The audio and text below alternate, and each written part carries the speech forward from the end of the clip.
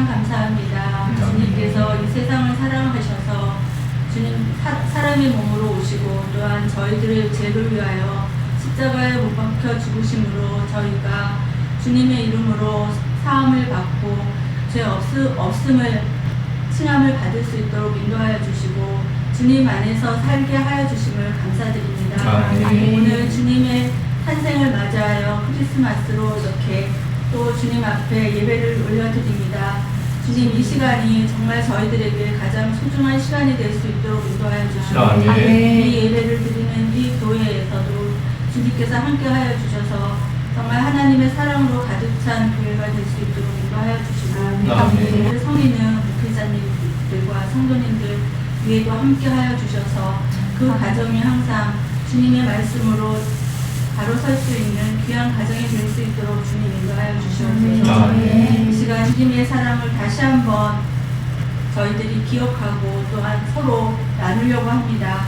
우리 안에서도 또한 서로 사랑할 수 있는 마음을 주시고 저희가 세상과 달리 하나님의 사랑으로 하나님의 말씀으로 하나님의 정의로 이 세상을 살아갈 수 있도록 주님 저희를 붙잡아 주시옵소서. 그리고 주님 목사님이 항상 하시는 그 기도가 주님께 연락되기를 원하고 항상 큰 열매를 맺을 수 있도록 주님 인도하여 주시옵소서. 지금 이 시간 주님께 드리는 이 예배가 주님께서 온전히 기뻐하시는 귀한 예배가 될 수 있도록 인도하여 주시고 이 모든 말씀 예수님의 이름으로 기도합니다. 아멘. 에스라서 보겠습니다. 에스라서 8장 구약 721페이지 에스라서 8장 15절에서 23절. 여러분 오늘은 우리가 잘 알고 있듯이 성탄절이죠. 성탄절이고 대부분의 한국 교회들이 오늘 성탄절 그 기념 예배를 통해서 드려진 예배가 본문을 선택을 한다면은 마태복음은 1장 그리고 누가복음은 2장 이 본문을 선택을 통해서 예수 탄생 관련과 관련되어 있는 본문을 선택해서 나누게 되는 게 일반적이잖아요. 그리고 우리가 작년에도 그 전에도 충분히 다루고 있고 또 제가 부연하지 않더라도 좋을 것 같고 제가 기도하는 그 가운데에 그럼에도 불구하고 어떤 의미가 있길래 그걸 내려놓고 오늘 이 에스라 본문을 선택했을까라는 나름대로 여러분들은 질문이 생기지 않습니까? 그래서 제가 이 본문을 선택한 지는 크게 두 가지입니다. 첫 번째는 성탄절을 맞이하면 대부분 사람들이 예배를 드릴 때 어떻게 됩니까? 예수님은 우리의 구주라고 고백하고 그잖아요. 영접하는 그러한 예배들을 드리는데 제가 고민스러워하는 게 뭐냐면은 영접 이후에 우리가 어떻게 살아야 되는지에 대해서 생각보다 사람들이 고민을 많이 하지 않는다라는 이런 생각이 들었어요. 저는 예수님을 영접한 사람들이 오늘 탄생을 정말 인정하고 믿는 사람이라면은 오늘을 기점으로 해서 어떻게 살아야 되는지에 대해서 이 고민에서 제가 본문을 선택했다는 거. 그것이 첫 번째고요. 두 번째로 이 본문을 선택한 데는 그렇다면은 여러분들이 결국은 선택할 수 있는 예수님의 탄생을 인정하고 우리 예수님이 우리의 구원자입니다라고 믿는 사람이라면은 걷게 되는 길이 딱 정해져 있습니다. 이게 무엇입니까? 믿음으로 살게 된다는 거예요. 믿음으로 살지 않고는 그 길을 갈 수도 없고 궁극적으로 믿는 사람이라면 그 길을 가게 된다는 것이 우리가 다 알고 있는 현실이지 않습니까? 그렇다면 저는 두 번째 바로 이 본문을 선택한 거 믿음으로 살 때에 우리에게 하나님께서 어떻게 개입하시고 어떤 일을 하시며 또 우리를 통해서 나타내고자 하고 우리에게 준비된 것이 무엇인지를 제가 다루고 싶었기 때문에 그렇습니다. 충분히 제가 왜 이 본문을 선택했는지 이제 전달이 되었을 거라고 확신합니다. 오늘 본문에 저희가 함께 읽은 이 본문은 본 에스라서는 총 10장으로 구성되어 있습니다. 근데 이 10장을 구성되어 있는데 이걸 크게 딱 나누면요 이렇게 전반부와 후반부를 이렇게 나눌 수 있습니다. 근데 이 10장의 짧은 이 본문에도 불구하고 참 재밌는 사실이 하나 숨겨져 있어요. 읽다 보면은 오늘 에스라에서 본문은 총 10장으로 구성되어 있다고 했어요. 그죠? 자, 10장으로 구성되어 있는데 이것을 쓴 사람은 누구겠습니까? 당연히 이름이 덧붙여져 있으니까 에스라가 저자이지 않겠습니까? 그죠? 그잖아요. 느헤미야는 느헤미야고 그잖아요. 그런데 이 짧은 이 10장을 읽다 보면 에스라가 등장하지 않는다는 사실을 사람들이 잘 놓칩니다. 그런데 등장하는데? 라는 것을 여러분은 확인할 수 있지요. 어디까지 등장하지 않냐면은 총 10장 중에서 6장까지 에스라는 전혀 등장하지가 않습니다. 참 재밌죠? 본인이 쓰고 있고 본인이 보고 본인이 경험한 것을 대부분 쓰는데 에스라는 지금 현재는 1장에서 6장까지는 전혀 등장하지 않고 후반부에 7장에서 10장까지 4장에만 딱 그의 이름이 등장한다는 사실들을 사람들은 실제적으로 잘 모릅니다. 그런데 그것을 이해하려고 그러면은 에스라의 이 본문이 가지고 있는 주제가 무엇인지를 이해하면 이제서야 등장할 수밖에 없었구나 라는 것들을 알 수가 있어요. 에스라에서 전체가 흐르고 있는 주제가 하나가 있어요. 이것이 뭐냐면은 무너진 여호와의 성전을 재건하라라는 주제가 딱 있어요.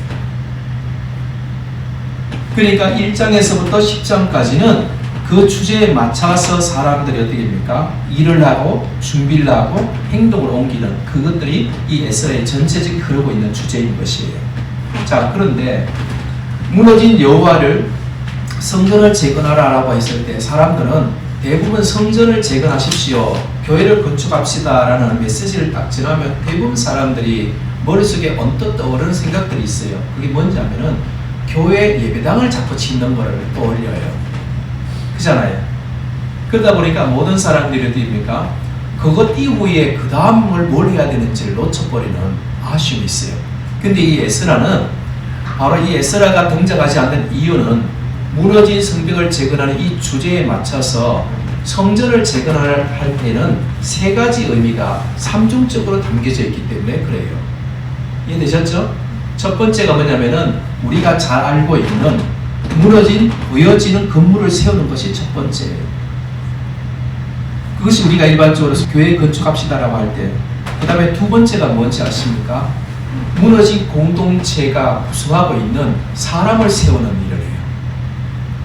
그리고 성전을 우리가 재건한다라고 할 때 세 번째가 당대로 끝나지 않고 보존시키고 보호해 지켜내는 것을 의미해요. 그렇다면은 여기서 또 놓치지 아니하는 참 재밌는 사실이 숨겨져 있어요. 그게 무엇입니까? 여러분, 오늘 에스라의 주제는 뭐라고 해서 하모니 무너진 여호와의 성전을 건축하라라고 했잖아요. 그런데 이 삼중적 의미가 에스라에는 다 담겨져 있지가 않아요. 읽다 보면 어디까지 담겨 있냐면은 첫 번째, 두 번째 건물을 세우고 사람을 세우는 것까지 담겨져 있고 나머지 세 번째 보존하고 지켜내는 것은 담겨져 있지 않아요. 근데 그 이야기는 어디에서 확인할 수 있냐면은 세 번째는 느헤미야를 읽으면은 확인이 돼요.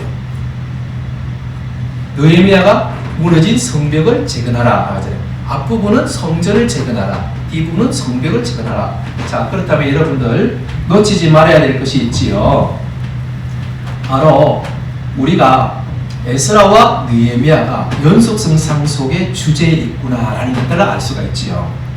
그래서 성경을 읽으실 때는 에스라에서부터 느헤미야까지 읽으면은 무너진 성벽을 재건하는 사람들의 역할과 하는 그들의 충성과 이런 것들을 확인할 수 있고, 그리고 그것이 같은 주제 선상 속에서 이어져 있다라고 하는 것을 알 수가 있는 것이에요. 그래서 오늘은 에스라까지 오늘 제가 이제 다루게 됐지만은 이후에 느헤미야를 읽어보면은 우리가 다시금 왜 그것을 지켜내야 되는지 보호해야 되는지 그것이 우리에게 어떤 의미인지는 느헤미야를 통해서 여러분들이 바로 확인할 수 있는 것이에요.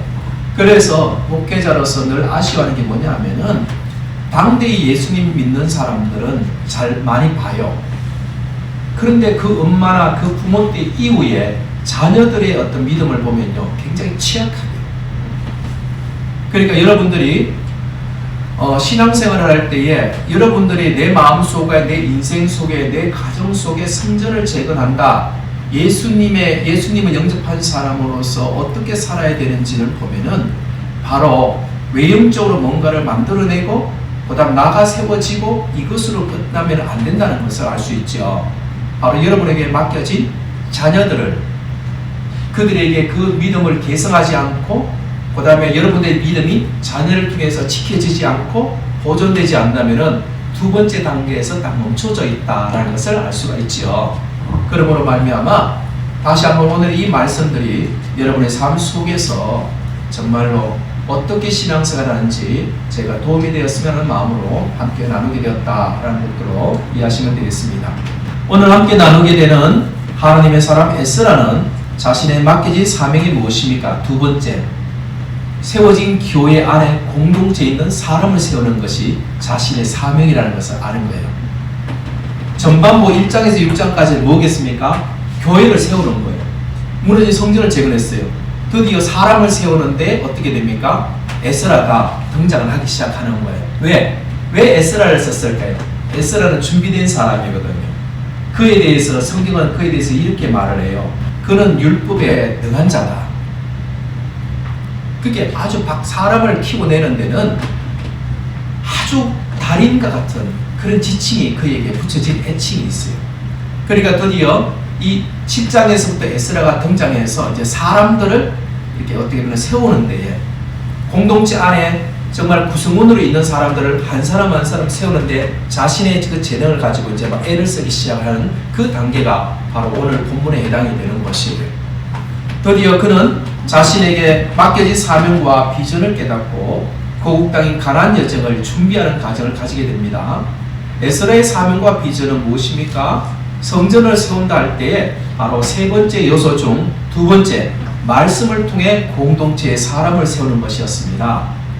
에스라는 자신의 맡겨진 사명을 수행하기 위해서 가나안에 함께 돌아가게 되는 백성들을 숫자하기를 시작하고 내가 돌아가면은 그 공동체 사람을 하나님의 말씀으로 세울 거야 라고 하고 첫 발을 딱 띄기 시작을 하는 거예요. 그러니까 당연하게 첫 발을 띄기 시작하려고 하니까 어떻게 되냐, 나랑 함께 갈 사람 모이십시오. 그러면서 장소가 어디였냐면은 오늘 제가 설교 제목으로 줬던 아와 강이에요.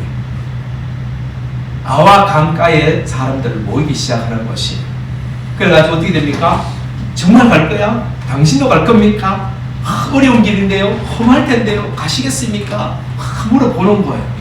그래 다 물어보니까 얼마나 가슴이 막 부푸는지 얼마나 가슴이 뛰는지 모르는 거예요. 왜? 모의 숫자가 자기가 생각한 것보다도 어마어마한 것이에요. 이때 강가에서 모여준 사람이 성경은 여자, 어린아이, 노인은 지칭하고 있지 않고 남자만 계셨는데 그 앞부분을 읽어보면요 한 1,500여 명이에요. 자기 혼자가 하나님께 맡긴 이 사명과 이것을 할 거라고 생각했는데 자신에게 함께하고자 하는 사람이 남성이 1,500명, 당연하게 부인이 있겠고 자녀들 한 두 보면은 한 6,000여 명이 모여있으니까 가슴이 어떻게 되겠습니까? 그 가슴에는 이 비전에 대해서 불타오르기 시작하는 것이에요. 그런데 그의 첫 발은 기쁨도 잠시 사람들의 숫자를 다 확인하고 나서 지파별로 그리고 말 그대로 우리로 말하면은 김씨, 박씨, 이씨, 뭐 오씨 그잖아요. 막 다 확인하고 났는데 그런데 깜짝 놀래요. 자기가 가야 되는 그 목적에 꼭 필요한 사람이 없는 걸 확인. 그게 누군지 아십니까? 바로 이 성전에서 섬기는 레위인들이 한 명도 없는 것이에요. 남성 1,500명과 전체 도화가 6,000여 명이 되는 그 인원 중에서 레위인들이 한 명도 없다는 예상치 못하는 이 상황이 딱 맞닥뜨리게 되는 것이. 여러분들이 어떤 뜻을 두거나 뭔가 할 때 보면은 이런 경우가 있잖아요. 해야지. 그런데 그날 뭔가 딱 걸리는 경우가 있잖아요. 그러면 대부분 사람들은 쉽게 답을 얻잖아요. 하나님이 아닌가 봐. 이렇게 하면서 뒤로 물러나거나 그래 나는 아직 아니지 하면서 뭔가 이유를 달고 이렇게 하는 그 과정들을 가지 않습니까? 그런데 이 에스라는 자신에게 맡겨진 사명이 무엇인지 이 가슴 속에 분명하단 말이죠. 사람을 세워야 된다는 이 일들 뿐만 아니라 그곳에서 행해지는 그 예배에 온전한 예배를 위해서 꼭 필요한 사람을 그는 어떻게 됩니까? 없다는 건 알았지만 그 사람은 멈추지 않고 포기하지 않습니다. 어떻게 합니까? 사람들을 불러가지고 찾아보라고. 레위인들을 찾아보라고. 그들은 우리가 가는 길에 우리가 가서 드려지는 하나님께 드려지는 예배에, 그리고 사람인들이 세워지는 그 곳에 그 사람들은 꼭 필요한 사람, 필수적인 사람이니까 찾아보라고 그들은 사람들에게 부탁을 합니다. 그런데 찾고 또 찾았습니다. 여러분, 오늘 성경에 읽은 말씀에 보면 레위인들이 한 명도 없다라고 했을 때 그는 어떻게 보면 장애물을 만났는데 그는 멈추지 않고 찾고 찾아보니 그 숫자가 여러분들이 이렇게 대충 헤아려 봐도 레위인들이 몇 명 찾는지 아십니까? 40여 명을 찾아요. 어떻게 보면은 몇 사람만 있어도 좋겠다라는 생각이 어찌 보면은 에스라의 생각이지 않습니까? 그럴 수 있지 않습니까? 왜 한 명도 없으니까. 그런데 그가 하나님 자신에게 맡겨진 비전과 그 사명을 포기하지 않고 다시금 그것을 이루어내기 위해서 발걸음을 멈추지 않고 찾고 찾아 나서보니 40여 명의 사람들을 찾아요. 그 읽어보시면 누구는 18명이요 어디는 20명이요 누구와 누구는 지혜 있는 자고 하면서 보면은 바로 40여 명이 조금 넘을 정도로 들이라는 표현들이 있으니까 사람들을 찾아낸단 말이죠. 이제는 어떻게 하면 됩니까, 여러분? 이제는 준비가 됐잖아요. 갈 사람이 정해졌고 갈 수 있는 인원들이 하게 되었고 방백들, 지도자를 세웠고 그들과 필요한 일꾼들이 준비되었으니까 출발을 하면 되잖아요.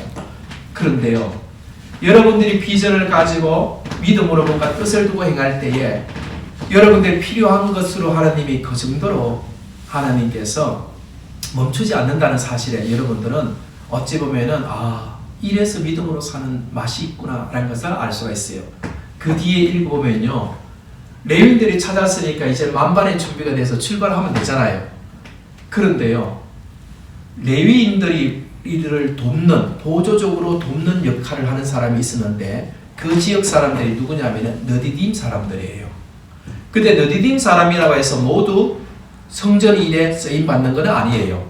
그런데 바로 성전에서 레위인들을 돕는 사람을 하나님이 220명을 붙여줘요. 여러분, 좀 전까지 에스라와 많은 무리들은 레위인들이 한 명도 없는 것으로 인해서 장애를 만났습니다. 그러나 그들의 발걸음은 믿음으로 멈추지 않고 발걸음을 내딛었더니 하나님께서 꼭 필요한 사람을 레위인들을 40여 명을 붙여줄 뿐만 아니라 그들이 생각지도 못했던 것을 우리 하나님께서 느디딤 사람, 성전에서 레위인들을 보조하는 느디딤 사람들을 220명을 붙여준다는 것을 알 수 있어요. 여러분들이 믿음으로 무엇인가를 할 때에 여러분의 꼭 필요한 것이 어떨 때는 그것이 기다려야 되고 어떨 때는 장애가 있고 어느 때는 염려가 되는 것 같지만은 그것을 믿음으로 다뤄내고 할 때에 하나님이 준비한 은혜는 지금 현재 덤이 220명으로 붙어버렸잖아요. 그런데 그 인원이 지금 현재 이들이 가는 인원 총 인원이 몇 명이라고 했습니까? 남자가 1,500명이고 여자까지 합치고 어린아이까지 합치면 6,000명이라고 했잖아요. 그런데 그 짧은 시간에 찾아낸 사람이 지금 얼마입니까? 260명이에요. 260명이면 몇 프로입니까? 5%잖아요.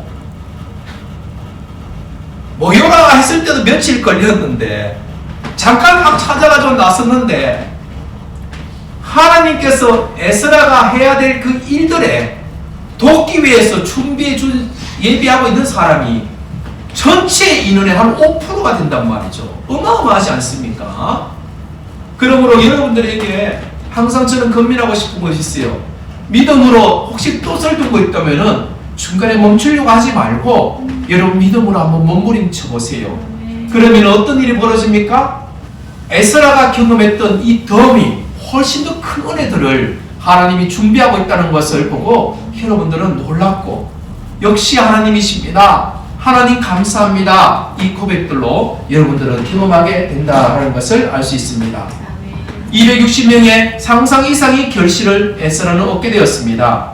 그런데 오늘 에스라는 이것에 대해서 우리의 수고도 아니요 포기하지 않은 때문 아니요 뭐라고 고백하는지 한번 보십시오. 17절에 우리 하나님의 선한 손의 도우심을 잊고 그가 상상 이상의 결과를 얻었을 때 그 기쁨이 우리 하나님의 선한 손의 도움으로 말미암아 우리가 은혜를 더 입었다라고 이야기합니다. 이 사람의 영성, 하나님께 돌려지는 이 영광, 이 면면들은 어떻게 보면은 우리가 따라가야 될 모습이기도 하고, 또 한편으로 하나님께서 에스라에서 준비한 이 260여 명을 어떻게 보면은 우리들을 향한 말씀이다라는 것들을 알 수가 있어요. 여러분의 믿음으로 살 때에 저는 말씀 꼭 전하고 싶습니다. 바로 우리 하나님의 선한 손에 도우심이 있다는 것을 믿으십시오. 어느덧 가나안으로 발걸음을 내다를 만한 만반의 준비가 되었습니다. 그런데 에스라가 이제는 출발 날짜 D-Day를 잡고 이제 출발만 하면 되는 것이에요. 그런데 에스라가 급히 어느 곳을 향해 달려갑니다. 그 본문이 21절입니다. 21절 한번 볼까요?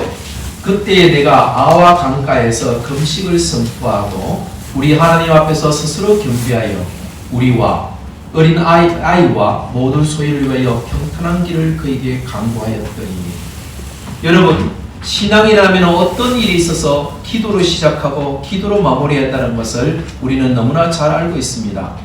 에스라가 자신에게 맡겨진 그 사명을 8장 5절 15절에 보면은 기도로 그 일을 시작하고 있는 것을 볼 수 있어요. 드디어 기도를 행동으로 옮겨갈 때도 오늘 또 보니까 그는 기도의 자리로 그 발걸음을 옮기고 있다는 것을 알 수가 있어요. 여러분, 우리 하나님의 선한 손은 바로 자기를 찾는 모든 자에게 선을 베푸심을 믿고 언제나 기도하는 끈을 놓치지 말아야 된다는 것을 에스라는 우리들에게 알려주고 있습니다. 그런데 다음 구절에는 신앙인에게 주던 또 다른 도전이 있어요. 무엇인지 아십니까? 여러분, 에스라는 지금 현재 자기가 일평생 가보지 않는 길을 바로 이 바빌로니아에서 이 지금 현재 가나안 땅까지 처음 가보는 길을 갑니다. 당연히 처음 가보는 길이니까 어떻겠습니까? 염려가 있지 않겠습니까?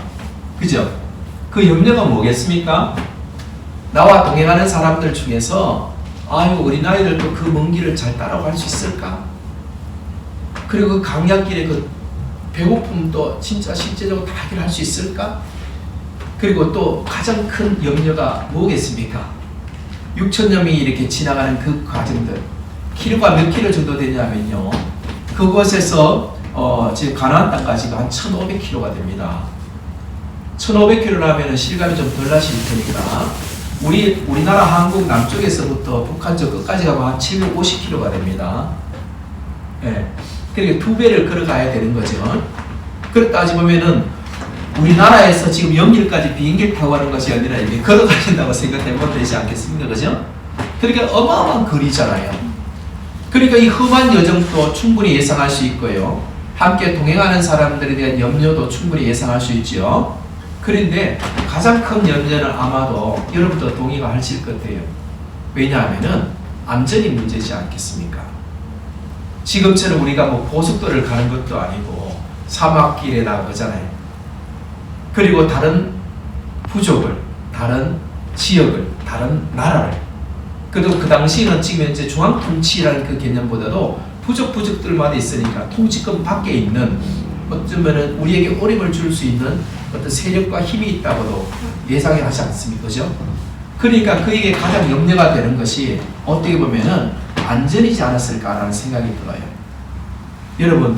여러분이라면은 1,500km에 6,000명을 데려간다 할 때 이 안전이 담보되지 않으면은, 여러분이 지도자라면은 편안하게 갈 수 있겠습니까? 반대로 안전이 담보되지 않는데 우리 딸을 데리고 우리 아들을 데리고 여러분들 그 길을 따라가시겠습니까? 그런데 에스라는요, 그 길을 선택을 해요. 이것이 여러분들에게 어찌 보면 신앙생활의 도전과 같은 것이 우리에게 던져주고 있습니다. 그가 그렇다면 대책이 없이 왜 그렇게 일을 하지?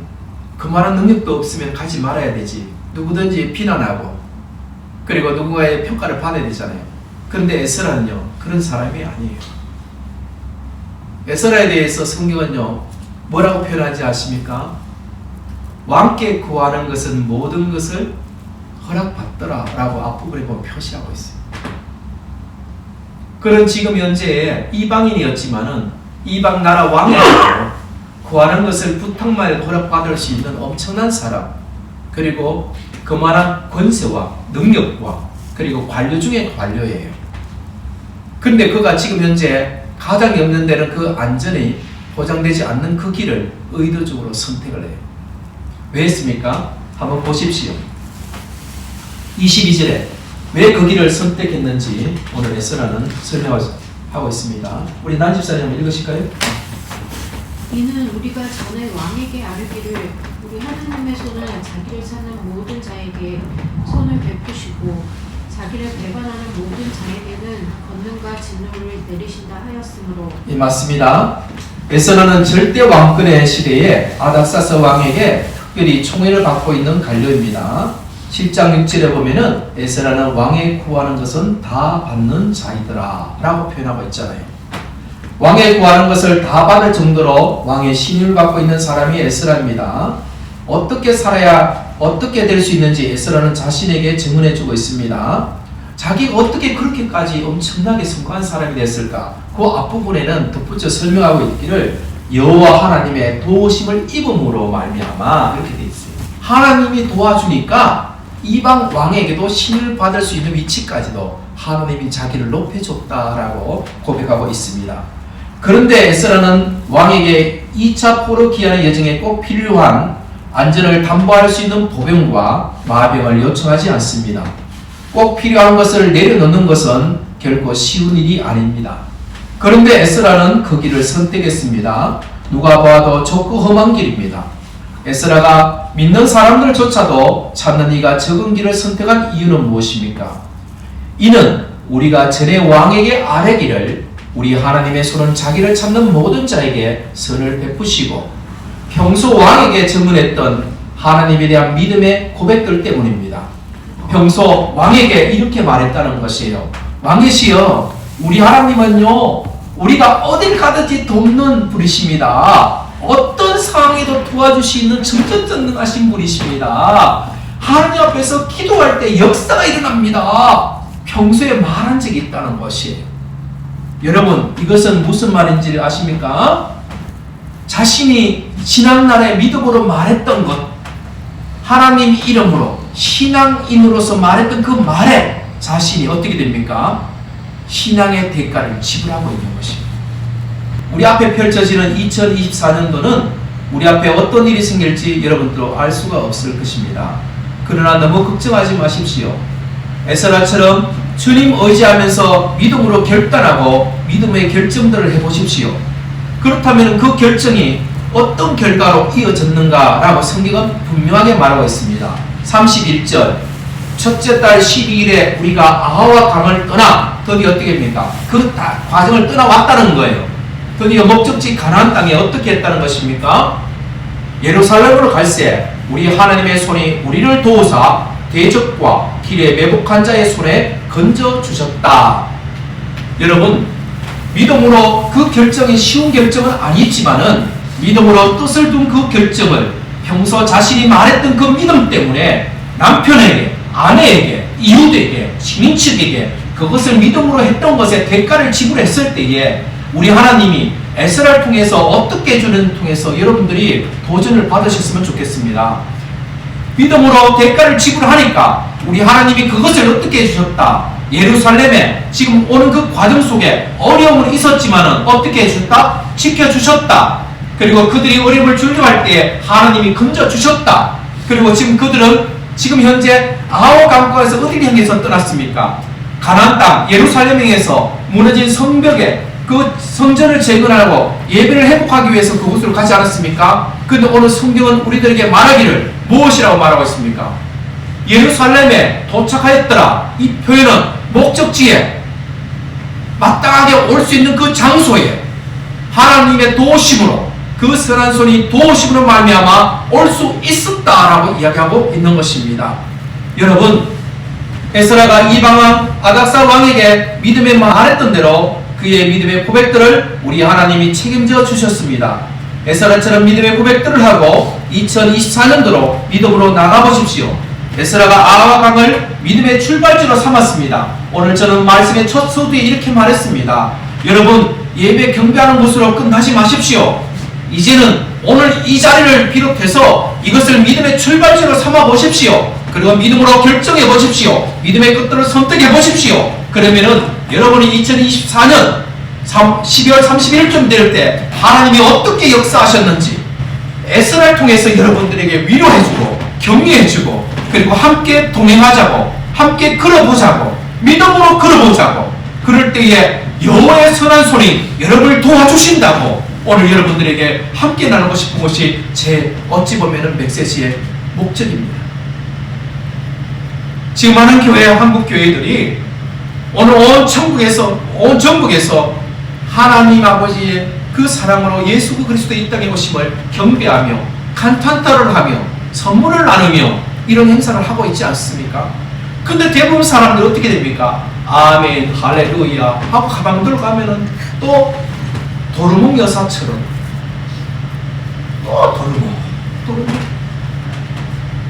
이제는 멈추고 철저하게 믿음으로 뜻을 둔 것을 포기하지 마시고 걸어보자는 거예요. 그러면은 어떤 일이? 우리 하나님의 손이 여러분을 도와주시는 것을 실제로 경험하게 될 것입니다. 기도하겠습니다. 오늘 기도는 우리 인서가 인서. 하나님, 이 에스라의 믿음이 저희의 믿음이 되게 하여 주옵소서. 아멘. 에스라가 믿음의 뜻을 두고 여러 현실적인 상황 가운데에서도 하나님만을 바라보고 그 상황을 이겨낸 것처럼 그랬더니 정말 하나님께서 축복해 주신 것처럼 우리에게도 이러한 은혜가 있기를 원합니다. 아멘. 하나님, 지난 시간 동안 각자의 자리에서 눈물이 있었음을 고백합니다. 그러나 에스라를 도와주신 하나님께서 저희를 도와주시고 아멘. 또 저희에게도 이러한 은혜를 입혀주시옵소서. 아멘. 하나님, 이번 성탄절의 기점으로 말미암아 우리가 그냥 크리스천으로서 사는 것이 아니라 크리스천으로서 말하고 행동하고 변화하여서 주변 사람들까지도 그러한 영향력을 받는 우리가 되게 하여 주옵소서. 아멘. 예수님 이름으로 간절히 기도했습니다. 아멘. 하나님, 당신의 그 손이 돕는 역사가 오늘 기점을 통해서 가정들마다 심령들마다 육체 가운데 나타나게 하여 주옵소서. 아멘. 하나님의 그 사랑이 기도할 때 성령의 역사를 경험하게 하시고 또 우리 예수 그리스도의 이름으로 아버지 앞에 구할 때마다 실제적으로 구원받는 역사들이 있기를 소원합니다. 주여 응답하여 주옵소서. 이 종이 오늘 말씀을 통해서 한국교회 많은 교회들이 다루지 않는 본문을 통해서 믿음의 결단을 촉구하며 결단을 하고 결정하는 사람들에게 하나님이 예배하시는 은혜가 있음을 함께 나누었사오니 심령들마다 하나님 그 마음 심중에 받아낼 수 있는 믿음과 화답할 수 있는 은혜가 있게 하여 주시기를 예수 그리스도 이름으로 축원하옵나이다. 아멘.